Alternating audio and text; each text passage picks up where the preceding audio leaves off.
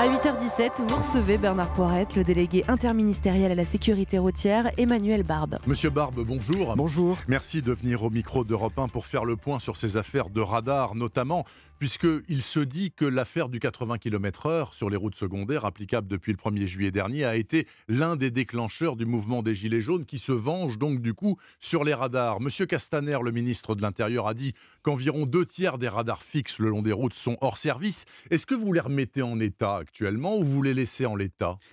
On les remet en l'état, on a des prestataires qui s'en occupent, là où c'est évidemment possible, et du coup, sans évidemment prétendre corriger les déclarations du ministre, ce qu'il a dit, M. Castaner, c'est que 60% des radars ont été touchés. En réalité, la disponibilité est un peu différente, puisqu'on en a réparé au fur et à mesure. Moi, j'en ai vu, moi j'ai beaucoup circulé ces dernières semaines, j'en ai pas vu un seul en service. Ils sont soit masqués, soit brûlés. Alors, ça dépend des endroits où on roule, et ce que je peux dire aux automobilistes qui m'écoutent, c'est qu'il reste encore pas mal de radars. Donc, il faut quand même cantonner ses vitesses. Maintenant, ça a un effet dramatique puisque ça fait augmenter les vitesses. C'est que les radars qui ne sont pas totalement détruits continuent à mesurer les vitesses et nous envoient les messages. Alors, ce sont les photos qui sont noires. Et ce qu'on constate, c'est que sur notamment le réseau bidirectionnel, le plus dangereux, puisqu'il y a des chocs frontaux, on a une augmentation de 248% des excès de vitesse. Donc, depuis la mi-novembre. Voilà. Et depuis la mi-novembre, et avec une courbe des dégradations qui a augmenté pratiquement à la verticale. Et tout ça est très triste parce qu'on va montrer l'utilité des radars, non pas en montrant la baisse des morts, mais à l'inverse, en montrant l'augmentation des morts. Donc ceux qui dégradent les radars ont une responsabilité gravissime, extrêmement grave, parce qu'en faisant que la vitesse va remonter, ils vont provoquer des morts, et ils auront ces morts sur la conscience. Alors ça, c'est une supposition de votre part, Monsieur Barbe. Dans une dizaine de jours, vous allez donner justement les chiffres de la mortalité de 2018.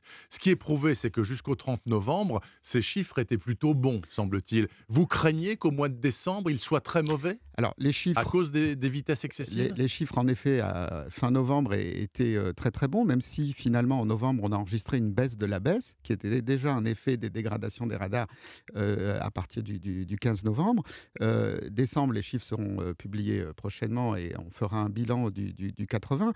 Mais ce que je voulais d'abord vous dire, c'est que ce n'est pas une opinion, le fait de dire que c'est le niveau moyen de la vitesse qui fait baisser ou monter le nombre des morts. C'est une réalité de nature scientifique. Et donc, c'est une évidence que c'est ce qui se produit. D'ailleurs, moi, j'ai vu il n'y a pas très longtemps des courbes dans un département que je ne citerai pas, où on voit les résultats étaient très bons et on voit vraiment la corrélation entre destruction des radars et augmentation des morts. Donc moi, je le dis le plus clairement du monde, si on a envie de se réjouir de la destruction des radars, tout le monde a été flashé un jour, ça m'est arrivé aussi, c'est extrêmement désagréable, c'est pénible, on se sent stigmatisé, il faut payer une amende, on perd un point qu'on récupère assez vite. Ne nous réjouissons pas, parce que ça va se payer en morts. Alors, fin novembre, on avait, c'est officiel, 200 morts en moins par rapport à novembre 2017. Oui. Je vous pose une question. Imaginez que vous annonciez tout de suite, flash européen, catastrophe, 200 morts tués dans un avion. Ce serait un émoi mondial.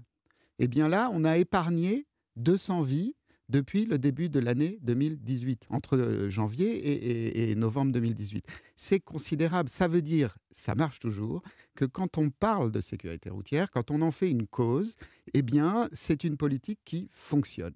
Donc, si je vous entends bien, Monsieur Barbe, 2018 ne sera pas meilleur que 2013, qui a été l'année où il y a eu le moins de morts sur les routes en France, 3427 exactement. Alors, vous êtes un journaliste d'expérience, mais je suis un interviewé d'expérience. Ouais. Donc, on publiera les résultats dans une dizaine de jours. Dites-moi, Monsieur Barbe, ça va coûter combien tout ça au final ? Parce que, bon, ça fait des milliers de radars, soit il faut les changer complètement, soit il faut partiellement les rénover, etc.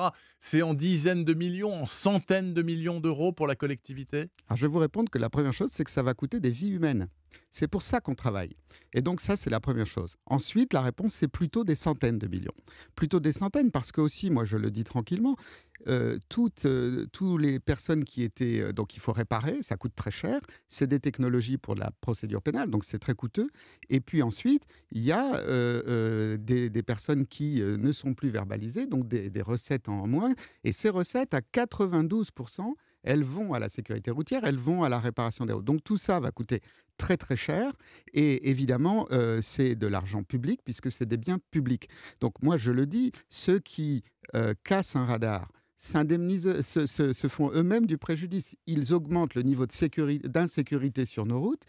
Et puis, comme c'est remboursé comme ça, tout ça sera réparé avec de l'argent public. De toute façon, c'est aussi leur argent, car l'argent public, c'est le vôtre, le mien, et celui de ceux qui cassent les radars. Est-ce que vous pouvez nous préciser tout de même, Emmanuel Barbe, si les déprédations sur les radars, c'est plutôt en zone rurale, périurbaine ou urbaine? Apparemment, en ville, ils n'ont pas été trop touchés. Alors, vous avez tout à fait raison, c'est plutôt en zone rurale, là où le radar est seul et sans défense. En ville, c'est plus compliqué de pas se faire prendre. Parce qu'il y a plein de témoins. Exactement. Donc, quelque part, encore une fois, c'est des actes, alors parfois revendiqués, parfois non. On a arrêté un certain nombre de personnes, car il y a des enquêtes systématiques. Et ça va coûter cher, d'ailleurs. Certaines ont même pris des peines de prison ferme. Moi, je le rappelle, après, elles devront rembourser le préjudice. Nous serons systématiquement devant les tribunaux pour réclamer la réparation et le prix de la réparation. Mais véritablement, il y a là quelque chose, une idée dramatique.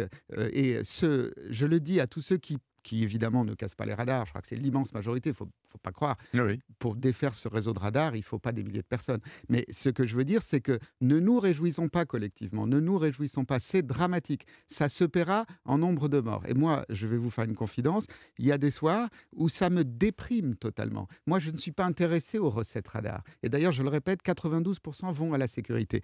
Mais c'est juste que quand on fait le métier que je fais, avec tous ces volontaires, toutes ces familles aussi qui sont blessés, etc., de se dire qu'il y a un mouvement collectif de destruction d'un engin qui permet de limiter le nombre des morts, eh bien, c'est profondément attristant, c'est-à-dire qu'au fond, c'est une forme de violence parce que ça va provoquer de la violence routière en l'occurrence. Merci beaucoup Emmanuel Barbe, délégué interministériel à la sécurité routière, et je tiens à informer les auditeurs qu'il m'a dit avant l'émission qu'il ne voulait pas commenter les propos du président de la République. C'est normal puisqu'on ne commente pas les propos du président, mais tout de même que dans le cadre de ce grand débat, le président Macron avec les élus s'est dit plutôt ouvert à un aménagement de la fameuse mesure du 80 km/h sur le réseau secondaire, et que M. Castaner, le ministre de l'Intérieur, a dit, lui, il y a quelques jours, que l'abandon de cette mesure était une option. Mais rien n'est encore décidé. Merci d'être venu à Europe 1 ce matin, Monsieur Barbe. Merci à vous. Même sans faire de commentaires sur les propos des politiques. Bon week-end à vous. Il est 8h25 et vous retrouvez cette interview sur europe1.fr. Quel temps sur la France aujourd'hui? Elena Morna le sait, et donc elle va nous le dire juste après ceci.